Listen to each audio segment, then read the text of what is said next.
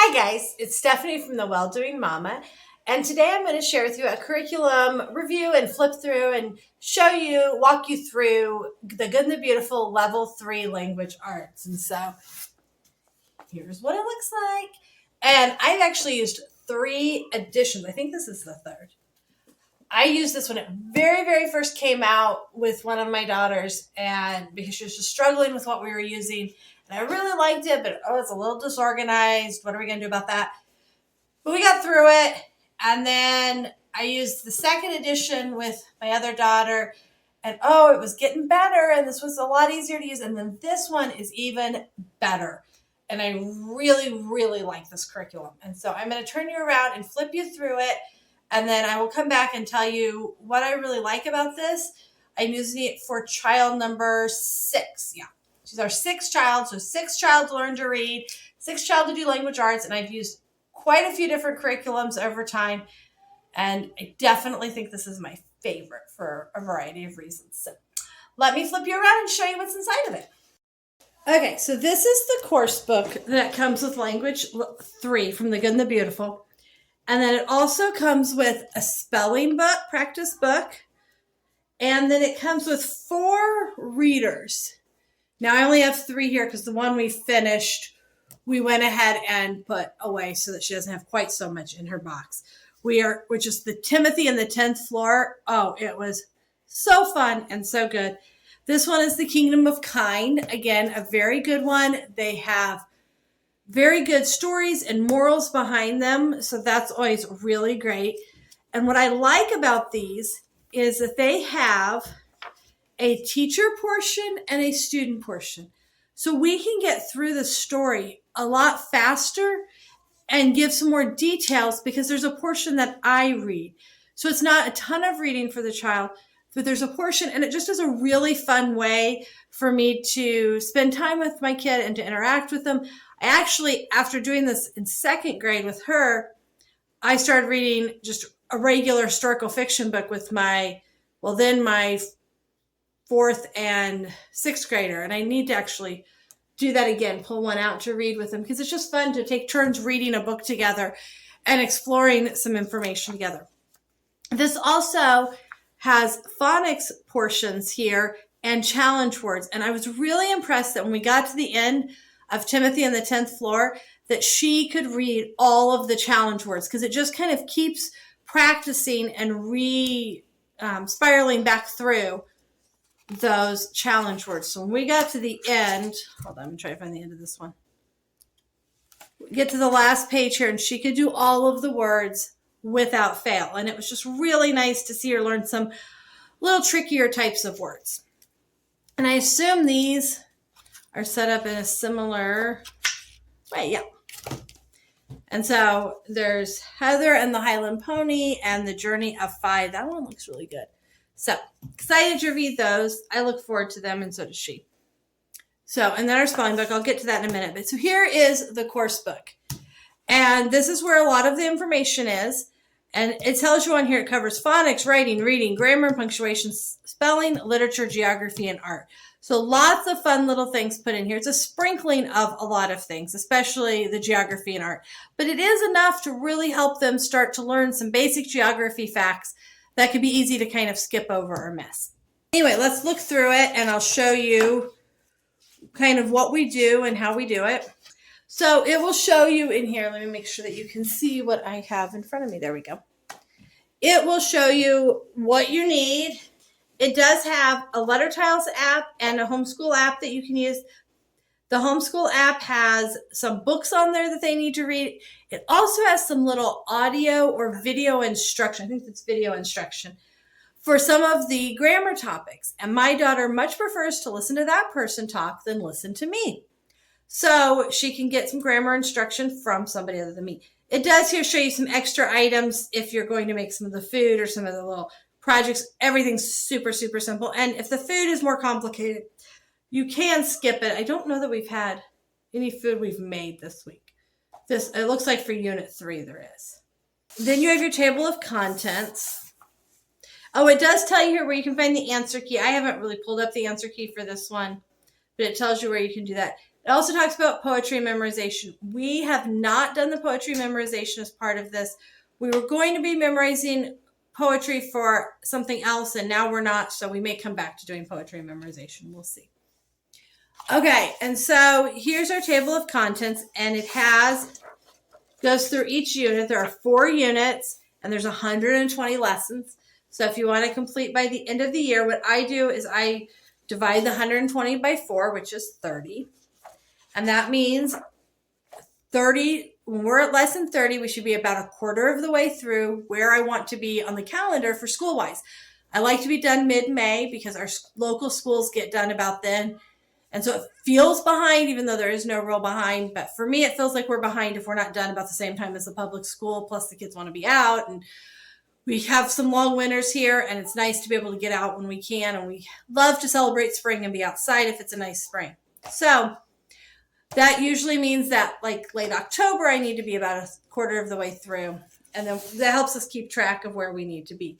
There's a review at the end of each unit too, so I'll show you that. At the beginning, here's a scope and sequence of what they're going to learn. This is a spiraling curriculum. So what that means is that you are going to learn little bits and pieces. You are not going to sit and master one concept. They're not going to do 20 problems of put a period or a question mark at the end of this sentence. They're going to do a little sprinkling of it here and a little sprinkling of it there, and it keeps spiraling back around. And it is obvious if you look through the curriculum that somebody has taken time to know that that is done in a progressive manner throughout the book.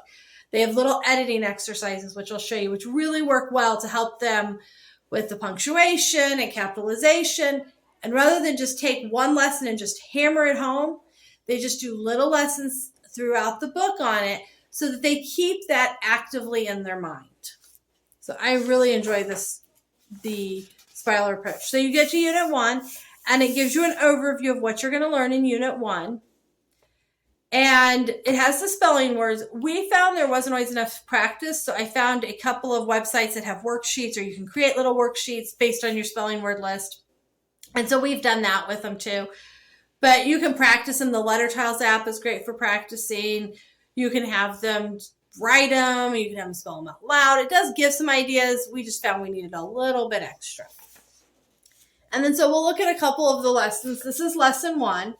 And so it tells you, I love the check boxes. I'm a checkbox mom, so I love check boxes, check mark boxes.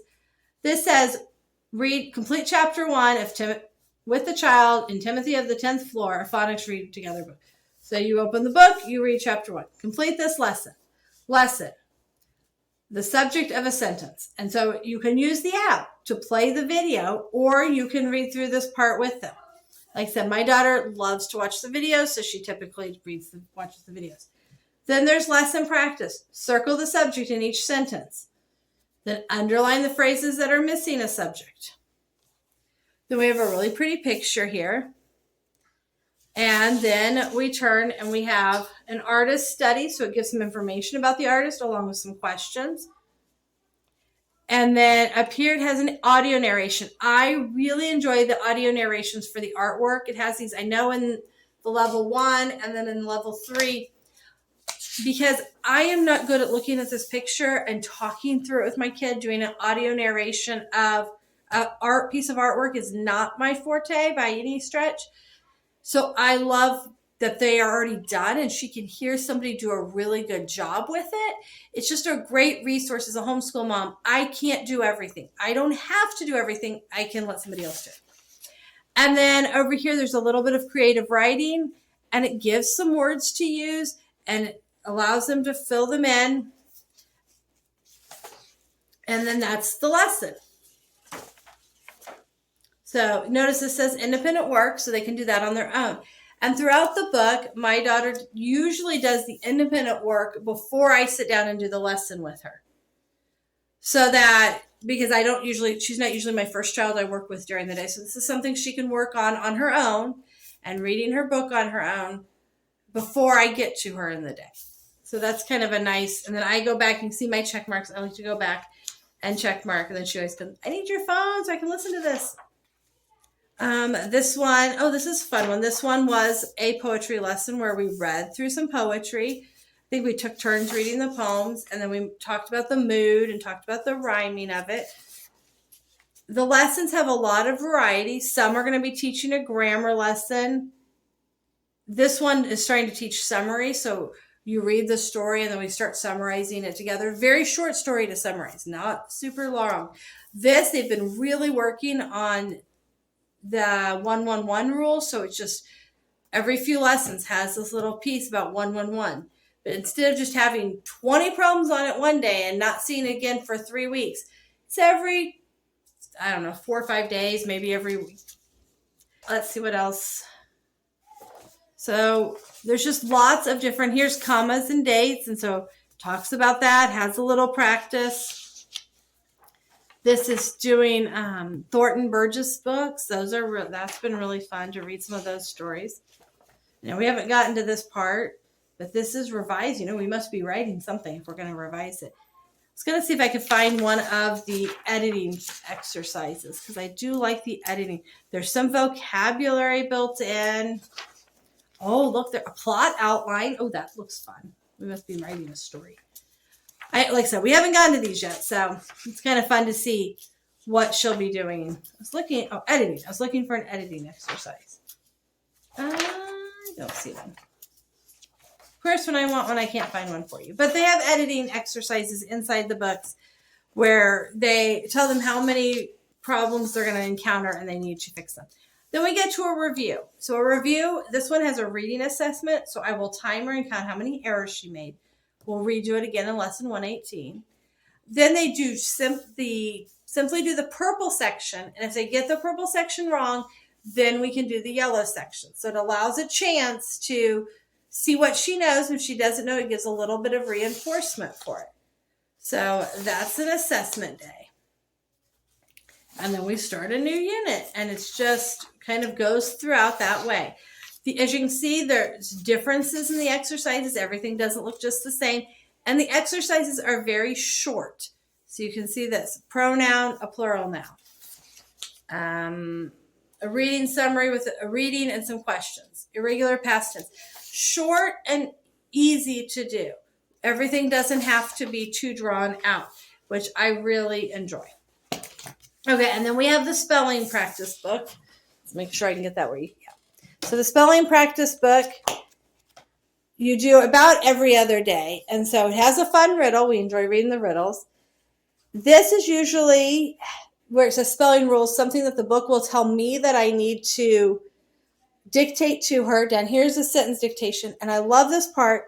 Start with a capital letter. Did you end with a period? Did you capitalize the day of the week? So she goes through and makes sure she does that. So it's really reinforcing what is important in a sentence. Then here's writing words in alphabetical order. Here it's practicing adding EU or UR, words that end with Y, practicing the month. So it varies each time.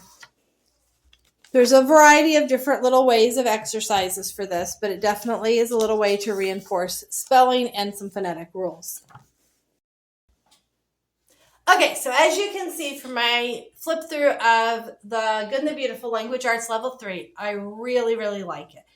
I like the short and simple lessons, but I feel like they cover the material really well. And that she's learning the grammar rules and the phonetic rules. Her reading has increased. I've talked to some other people and they said they feel like her reading is pretty good. She's reading out loud when we do her history, and she's read some of that to me out loud.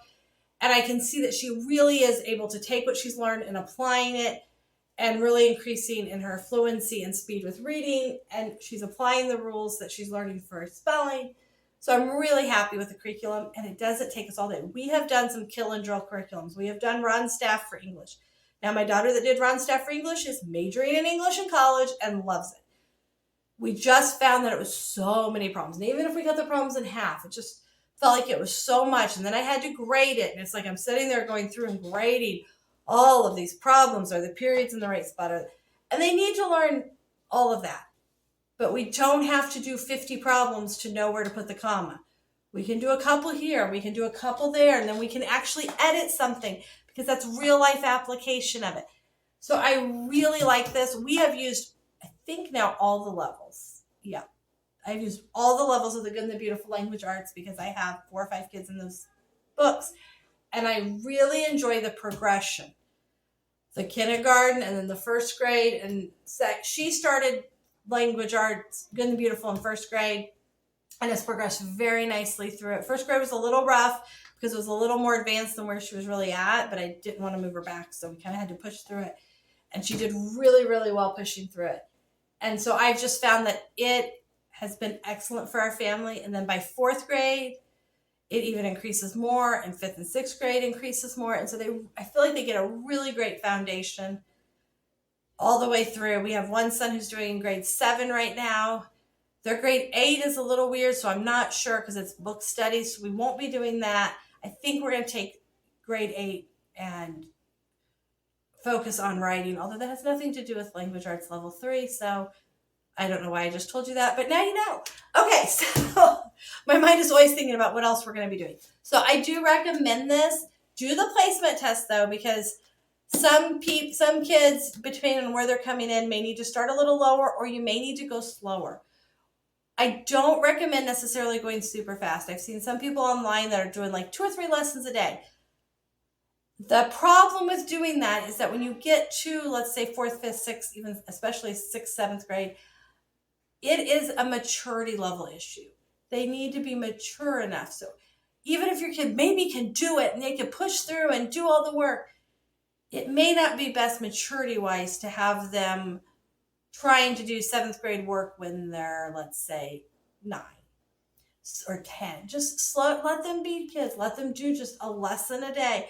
If you find that they have too much free time, I'm going to put out a video about how to keep kids productively occupied, which is what we call it in our house, to be productively occupied. I am a big believer in kids having a variety of experiences. We don't just need to push through language arts and math because, we can get through a bunch of lessons. Now, there's nothing wrong. If you need to do 2 lessons in a day because you're going to spend a day at the zoo, or you're going to take a day off to have a fun day because mom needs to clean house or whatever, totally, you can do 2 lessons in a day for a day.